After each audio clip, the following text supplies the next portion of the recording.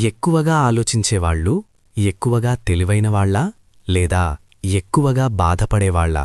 నిజం చెప్పాలంటే ఎక్కువగా ఆలోచించేవాళ్ళు ఇతరులకంటే ఎక్కువగా లోతుగా ఫీలయ్యేవాళ్ళు. చిన్న మాటని కూడా మనసులో తిరగేస్తారు. చిన్న సంఘటనని కూడా రాత్రంతా మర్చిపోలేరు. మీరు కూడా రాత్రిళ్ళు నిద్రరాక ఆలోచనల్లో మునిగిపోతారా? ఉంటే కమెంట్లో పెంట పెట్టండి. వాళ్ల సమస్య ఏంటో తెలుసా?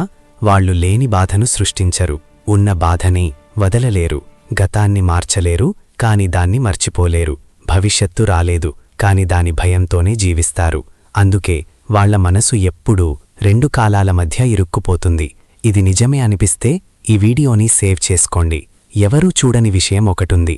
ఎక్కువగా ఆలోచించేవాళ్ళు ఇతరుల బాధను త్వరగా అర్థం చేసుకుంటారు. ఎవరూ చెప్పకపోయినా ఎవరు లోపల విరిగిపోయారో వాళ్లకు అర్థమవుతుంది. కాని సమస్య ఏంటంటే అందర్నీ అర్థం చేసుకునేవాళ్లను ఎవ్వరూ అర్థం చేసుకోరు. ఈ లైన్ మీ మనసుకు తాకితే ఇక్కడి వరకు చూస్తున్నందుకు మీరు నిజంగా స్ట్రాంగ్ అనుకోవచ్చు. వాళ్ళు నవ్వుతారు, కాని ఆ నవ్వు వెనక ఎన్ని ఆలోచనలు దాక్కున్నాయో ఎవరికీ తెలియదు. వాళ్ళు మౌనంగా ఉంటారు. అంటే అహంకారం కాదు, మనసులో చాలా శబ్దం ఉండటం వల్ల.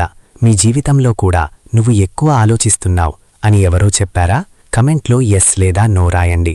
ఇప్పుడొక నిజం చెప్పాలి. ఎక్కువగా ఆలోచించడం బలహీనత కాదు, కానీ అదే మన జీవితాన్ని నడిపిస్తే ప్రమాదం. ఆలోచన మన చేతిలో ఉండాలి, మనం ఆలోచనల చేతిలో కాదు. మనసు నిశ్శబ్దంగా ఉన్నప్పుడే జీవితం నిజంగా మాట్లాడుతుంది. ఒక్క మాట గుర్తుంచుకో, ప్రతి ఆలోచనకు స్పందించాల్సిన అవసరం లేదు. కొన్ని ఆలోచనలను వదిలేయడమే మన శాంతి. ఈ మాటలు మీకు ఉపయోగపడితే ఈ వీడియోని షేర్ చేయండి. ఎక్కువగా ఆలోచించే ఎవరికైనా ఇలాంటి లోతైన